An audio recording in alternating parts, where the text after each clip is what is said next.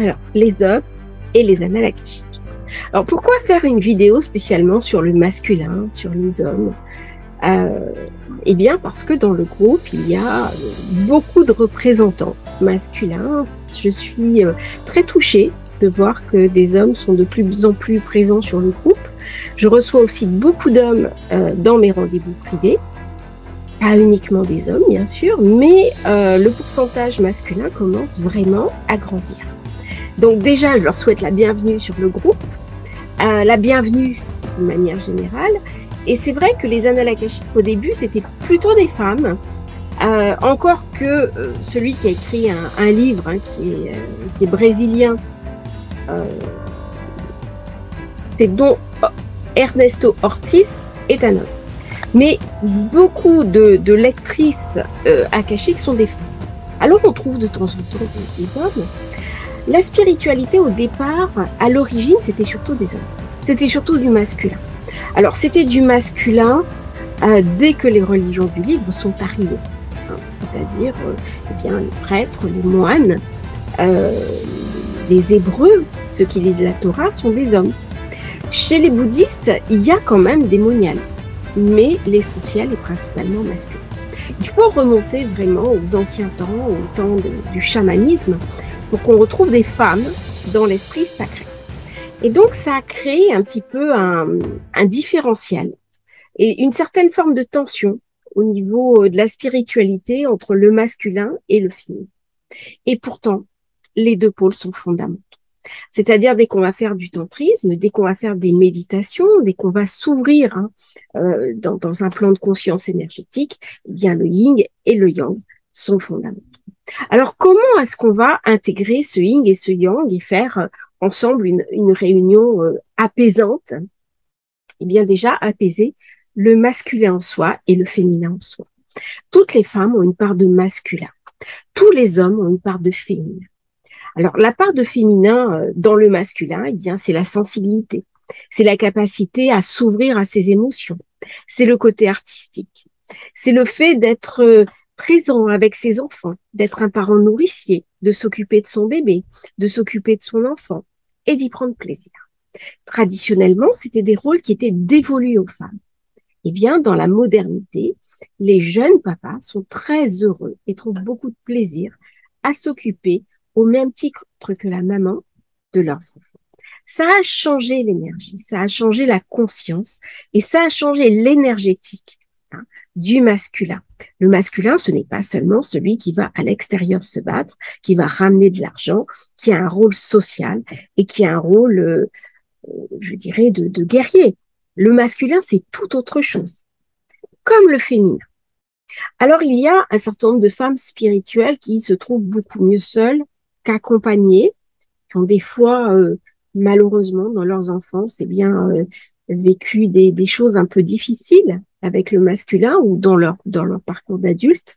J'ai envie de leur dire, attention, ne confondez pas tout. Le masculin, euh, les hommes sont uniques, comme chaque femme est unique, et bien chaque homme, pareil, est unique. Hein. On peut avoir une épreuve avec un homme, mais chaque homme est différent, chaque homme est unique. Et c'est vraiment une vidéo pour parler du masculin, dans ce qu'il a de magnifique, dans ce qu'il a de sacré, dans ce qu'il a de puissant. Alors, ce masculin sacré, ce masculin puissant, eh bien, c'est la force fécondante. En Inde, il y a des lingams qu'on va vénérer. Hein, c'est la force, la puissance qui va féconder la terre. C'est Yesod dans l'arbre de la Kabbale, hein, qui rentre dans Malrout, Malrout qui est la femme qui est la terre qui va accoucher de l'enfant. Donc pour qu'il y ait création, co-création, créativité, eh bien les deux principes sont fondamentaux. Alors quand on rentre dans les annales akashiques, très souvent le guide qui vient accueillir la personne est vu comme un homme. Je dirais dans 80-90% des cas. Le guide est masculin. Il est très souvent représenté sous la forme d'un homme. C'est rarement une femme. Pourquoi? Je ne sais pas. Je pense que lorsqu'on est dans une représentation, l'ange, même si l'ange n'a pas de sexe, on imagine quand même un masculin. Hein. Ce sont des symboles. Alors bien sûr, les hommes, quand ils rentrent dans les annales akashiques, ont des émotions très fortes parce que ils sont souvent moins préparés. Alors je parle en général, hein, pas en cas spécifique, mais à être en prise avec des émotions très puissantes. Donc c'est encore plus important pour les hommes d'aller dans les annales akashiques.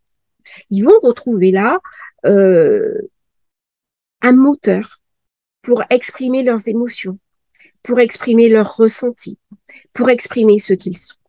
Donc les hommes dans les annales akashiques, c'est vraiment quelque chose de très important. C'est quelque chose de très moderne.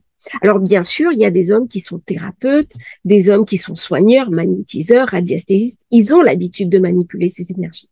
Donc ils sont moins déstabilisés quand ils rentrent dans les annales akashiques. Mais il y a quelques semaines, par exemple, mon propre mari, qui est quelqu'un qui a fait du soin énergétique, hein, qui est magnétiseur, qui est barreur de feu, mais qui est quand même quelqu'un de très pragmatique, m'a demandé à faire un rendez-vous annales akashique, ce que j'ai accepté. Et la somme d'informations, la somme des émotions qui est arrivée sur lui était trop importante. Donc, on a mis ça en attente, on a fait un premier rendez-vous, et puis on en a fait un deuxième il y a quelques jours seulement, en arrière. Et là, pour lui, ça a été une vraie révélation. C'est-à-dire qu'il a intégré véritablement des choses qu'il n'avait pas pu intégrer la première fois.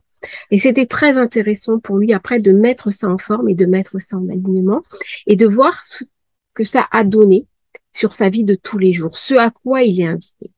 Alors bien sûr, il n'y a pas de différence entre les hommes ou les femmes qui rentrent dans les annales akashiques. Le chemin est le même pour tous, avec des différences. Hein. À chaque fois, quand je conduis une personne pour une lecture annale akashique, il y a parfois des différences, des animaux totems qui se manifestent, un chemin qui apparaît, un autre, une porte qui disparaît. Donc on prend tel ou tel passage. Mais au niveau masculin, j'aime beaucoup conduire des hommes dans les annales akashiques parce qu'il y a quelque chose d'une puissance, d'une énergie, d'une compréhension. Je crois que le temps est vraiment venu pour les hommes de se reconnecter avec leurs émotions, de se reconnecter avec le sacré. Ils ont très souvent habité ce chemin, hein, de la religion. Et au jour d'aujourd'hui, bien les hommes ont envie de redécouvrir le sacré, mais pas forcément par le biais du religieux, tout au moins du religieux traditionnel, tel qu'il était enseigné par nos familles d'origine. Donc, les hommes s'ouvrent de plus en plus à la spiritualité, rentrent bien sûr dans le groupe, hein, Annales akashiques. Je valide beaucoup de profils masculins, j'en suis très heureuse. Il y a toute une démarche, hein, de réconciliation aussi vers le masculin sacré, pour se réapproprier ce que l'on est en tant que soi, pour se reconnecter avec la part de sacré en soi, pour se reconnaître dans son masculin, pour s'accepter en tant qu'homme, pour accepter ses émotions, pour accepter ses dons, pour accepter sa puissance. Hein, sans en faire quelque chose qui va être au détriment des autres. Au contraire, ça va être donner le meilleur de soi-même, aider les autres, sans en faire un outil ni de pouvoir, ni de puissance, ni de contrôle. Donc, de plus en plus d'hommes qui rentrent dans les annales akashiques, qui rentrent dans cette émotion co-créatrice, qui viennent chercher aussi la réconciliation avec le féminin sacré. Et ça, c'est très intéressant de voir comment ça s'agence, le masculin sacré, le féminin sacré. Alors, on voit sur des personnes, hein, qui critiquent des fois tel ou tel proche, de telle ou telle approche, en disant, oh, mais non, nous les hommes, ou ah, mais non, nous les femmes. Donc j'essaie de recadrer un peu tout ça et d'articuler. Quand je fais un post sur le féminin sacré, et ben 2-3 jours après, je fais un post sur le masculin sacré. Et j'ai essayé comme ça de créer une dynamique d'équilibre, hein, entre le féminin sacré, le masculin sacré, et ça a été très agréable à faire. Aussi parce que je reconnais parfaitement le masculin sacré. Non seulement moi, je suis une femme assez masculine, hein, je suis une femme dynamique, entreprenante, assez phallique, hein, dans le sens où j'ai fait des arts martiaux, je navigue, je suis une femme entreprenante, hein, j'aime beaucoup mon masculin en moi, je suis très à l'aise avec les hommes, j'ai toujours été entourée de beaucoup d'hommes avec qui on parle de politique, d'idées sociales, d'ethnologie, d'anthropologie, de sociologie, d'investissement des fois, et de spiritualité, bien sûr. Hein, j'ai des amis qui sont coachs, qui m'ont appris aussi, qui m'ont donné des labels de coaching. Donc, on parle plein d'idées, plein de choses créatives qui sont vraiment dans le monde de l'élaboration mentale et très dans le masculin sacré qui est quelque part très mental. Alors, les femmes, bien sûr, ont pris cette voie depuis quelques années de mentaliser beaucoup plus. Hein. Ça a été grâce à l'éducation qui a été pour tout le monde, ce qui n'était pas forcément le cas avant, où les femmes avaient une éducation très fruste. Maintenant, les femmes ont une éducation à part égale avec les hommes. Les femmes peuvent trouver une place égale aux hommes. Alors bien sûr, il existe toujours, rien n'est parfait dans ce monde. Il y a par exemple des femmes qui apprennent la Torah, qui apprennent la Kabbale, qui sont des kabbalistes à haut niveau, mais qui ont du mal à enseigner. Notamment en Israël. Les femmes ne peuvent toujours pas devenir prêtres dans la religion chrétienne. Bon, il y a des choses, mais dans la spiritualité, eh bien, c'est important de laisser la place au féminin sacré et d'accepter le masculin sacré. C'est dans la réconciliation des deux que va s'inscrire dans la perfection le jardin de la terre. C'est-à-dire que la terre est un jardin.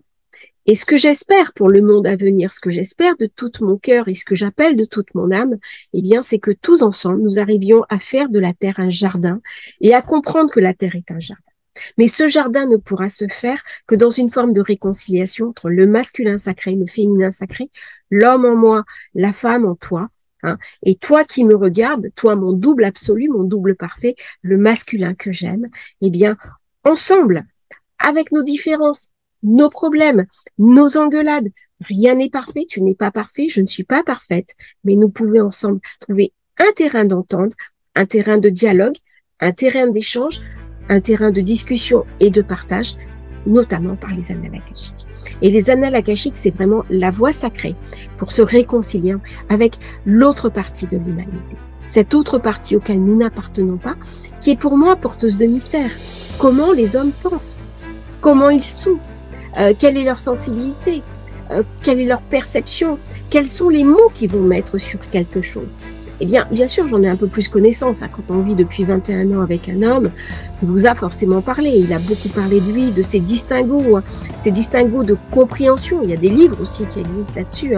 Les hommes viennent de Mars, les femmes viennent de Vénus. Mais l'autre part de l'humanité reste pour nous un mystère. Et c'est ça qui est fantastique. C'est de se dire, eh bien, de vie en vie, on s'incarne tantôt homme, tantôt femme, et sans doute dans ma prochaine vie, je serai un homme. Et je serai ravie d'être reçue sur un groupe de femmes qui m'accueillera parce que je serai à ce moment-là de l'autre côté. Donc ne perdons pas de vue que nous alternons comme ça de vie en vie, tantôt nous sommes hommes, tantôt nous sommes femmes, et comprendre l'autre, entendre l'autre, accepter l'autre, lui souhaiter la bienvenue sur le groupe Annales Akashiques Famille d'âme. Eh bien, c'était le message que je voulais délivrer à tous les hommes de ce groupe et à tous les hommes intéressés par les annales akashiques, qui me font le plaisir d'écouter, de regarder ces vidéos. À bientôt pour une nouvelle vidéo demain. Je vous souhaite une bonne journée.